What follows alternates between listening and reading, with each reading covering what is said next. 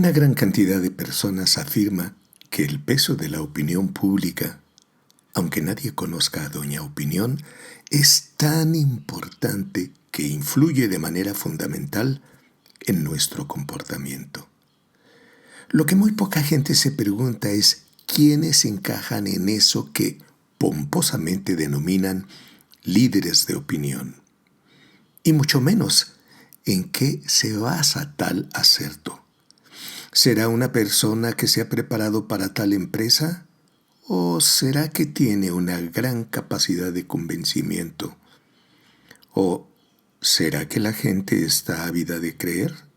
Es factible que sea una composición de todo eso, pues con inusitada frecuencia la mayoría de las personas es poco proclive a dudar, preguntar, interrogar o cuestionar, es decir, analizar. Y suele quedarse con que lo que dijo fulanito de tal debe ser cierto. Pero no solo eso, ya que además lo comparte ad nauseam, al menos por el Facebook o el chat. Comenzaré el abordaje del tema en cuestión recurriendo a lo que en mis tiempos mozos denominábamos tumbaburros. Diccionario de la Real Academia Española 2022. Apetencia sexual insaciable en la mujer. The Free Dictionary. Incremento patológico del instinto sexual en una mujer. Wikcionario. Mujer afectada por una intensificación disfuncional del deseo de gratificación sexual. Word Reference. Deseo sexual intenso e insaciable que siente una mujer. Mi tía Sebastiana afirmaba: llamo ninfómana a la mujer que tiene más amantes que yo. Así de sencillo. Pero a partir de esas definiciones podemos entender por qué se le mencionaba aparentemente en secreto. Compartiré algunos sinónimos elaborados por parte del gremio médico. 1. Furor uterino. 2. Metromanía. De metro, útero, manía, locura. 3. Andromanía. 4. Erotomanía. 5. Clitoromanía. Lo antes mencionado muestra un panorama negativo sobre el comportamiento de algunas mujeres relacionado con su apetito sexual, y lo revisaremos. Pero vale la pena tomar en cuenta que como desde hace años en la sexuología se pretende que haya más objetividad, se recomienda el uso de términos descriptivos en vez de los valorativos. Por tal motivo, conceptos como impotencia, frigidez, perversión o desviación se han desechado. Con ninfomanía sucede lo mismo, y es que si se revisa con atención, veremos que se empleaba principalmente de forma despectiva y peyorativa. En el siglo pasado, algunas personas consideraron que ese término describía a una fémina perversa, llena de pasión, insaciable, que excitaba, pero que también aterrorizaba a los varones. Decían que era una auténtica comehombres. El espectro iba desde la denominada mosquita muerta con su cándida y frágil apariencia, o aquella que, como el Dr. Jekyll y Mr. Hyde, escondía un ser lleno de concupiscencia, hasta la que en forma descarada, directa y cruel, atraía a los hombres para dejarlos convertidos en verdaderos guiñapos. Alonso y Rodríguez señalaron que el término apareció por primera vez en el ámbito de la medicina por medio de la obra Ninfomanía o Tratos con furia uterina, escrita en 1771 por el francés Bienville. Según ese autor, las causas eran comer chocolates en exceso, abundancia de pensamientos impuros, leer novelas y practicar poluciones nocturnas. Para curar esa problemática recomendaba baños fríos, pero sobre todo aplicar sustancias cáusticas en los genitales. López Sánchez, sin dar un nombre en concreto, apuntaba a que un catedrático francés en pleno siglo de las luces hablaba de ninfomanía o furor uterino, considerando el deseo sexual de la mujer una patología en la que su útero se había vuelto loco. Es muy probable que se tratara del mismo Bienville. Lo preocupante de esto fue que seguramente influyó en una gran cantidad de galenos. A partir del siglo XIX ocurrió una transición gradual. Esa mujer ya no se vio como degenerada, aberrante o pervertida, sino como una persona enferma, susceptible de recibir tratamientos del tipo abstinencia sexual, evitar la ingesta de carne, baños fríos y realizar ejercicios. Tales sugerencias posiblemente se inspiraron en las recomendaciones del Dr. Kellogg. Exacto, el creador de las hojuelas de maíz que desayunas con leche. Recuerda que según él, la carne era un alimento que despertaba la lujuria y los instintos carnales, motivo por el cual insistía en que se consumieran dietas a base de vegetales y se realizaran infinidad de ejercicios.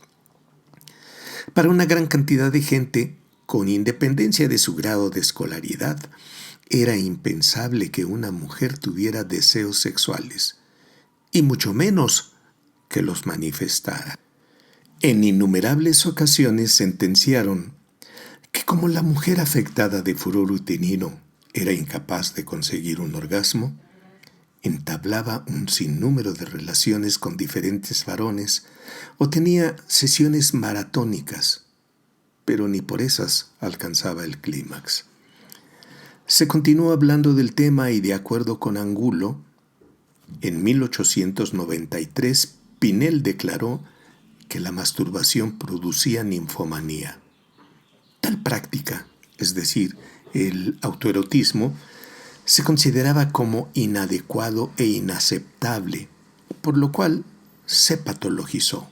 Como era de esperarse, incontables tratamientos variopintos brotaron con singular alegría. Sin embargo, algunos de ellos solo pueden ser calificados como torturas y violaciones a la dignidad de las mujeres. Visto con detenimiento, se advierte que el objetivo durante cientos de años fue inhibir, limitar o controlar la conducta sexual femenina. Pero, ¿será que esto ya no acontece? Señalarlas como incapaces de controlar su temperamento justificaba, a su juicio, conductas de una violencia inusitada. Por ejemplo, las mutilaciones genitales que todavía se practican en algunos grupos y las clitoridectomías. He aquí un ejemplo. Isaac Baker Brown, autor del primer tratado moderno de cirugía ginecológica, publicó en 1866 un libro titulado La curación de algunas formas de locura, epilepsia, catalepsia e histeria en mujeres.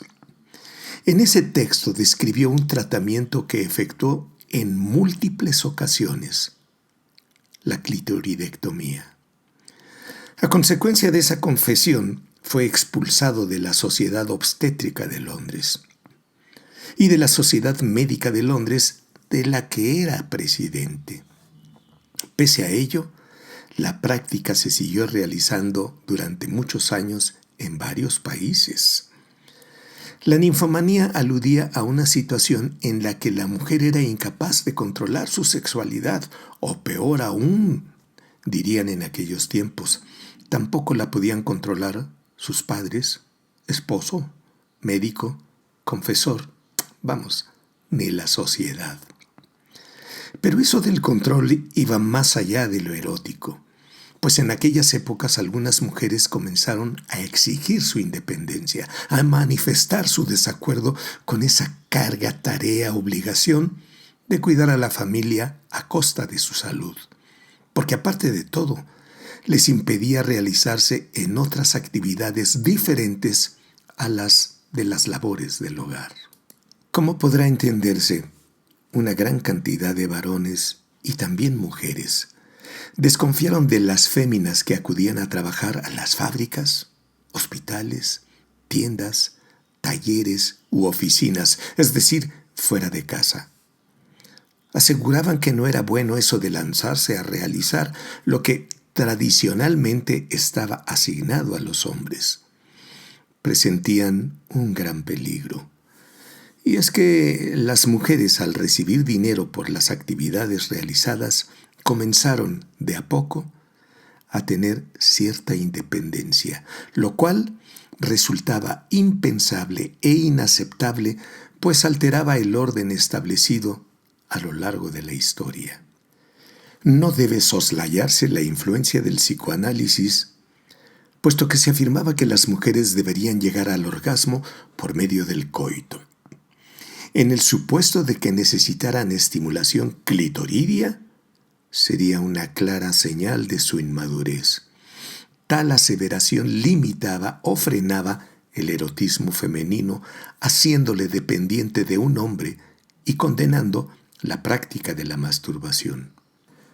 Para complicar un poco más la situación, apareció la píldora anticonceptiva, la cual, por cierto, tiene una influencia mexicana por demás importante, ya que el 15 de octubre de 1951, Luis Ernesto Miramontes Cárdenas, un joven químico nayarita que realizaba su tesis de licenciatura en los laboratorios Sintex bajo la tutela de Carl de Gerasi, fue el primero en sintetizar la molécula de noretindrona, dicho de manera más sencilla, la sustancia base para la creación de la primera píldora anticonceptiva.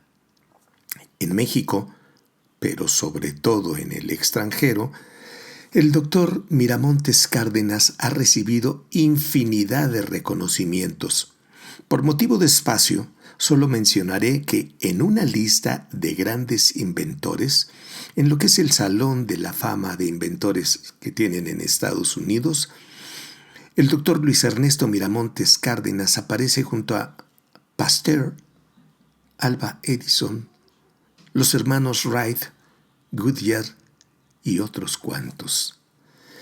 Pero retornando al tema de la ninfomanía, querámoslo o no, en sociedades como la nuestra se promueve y anima a que los hombres practiquen y busquen su satisfacción sexual por cualquier medio.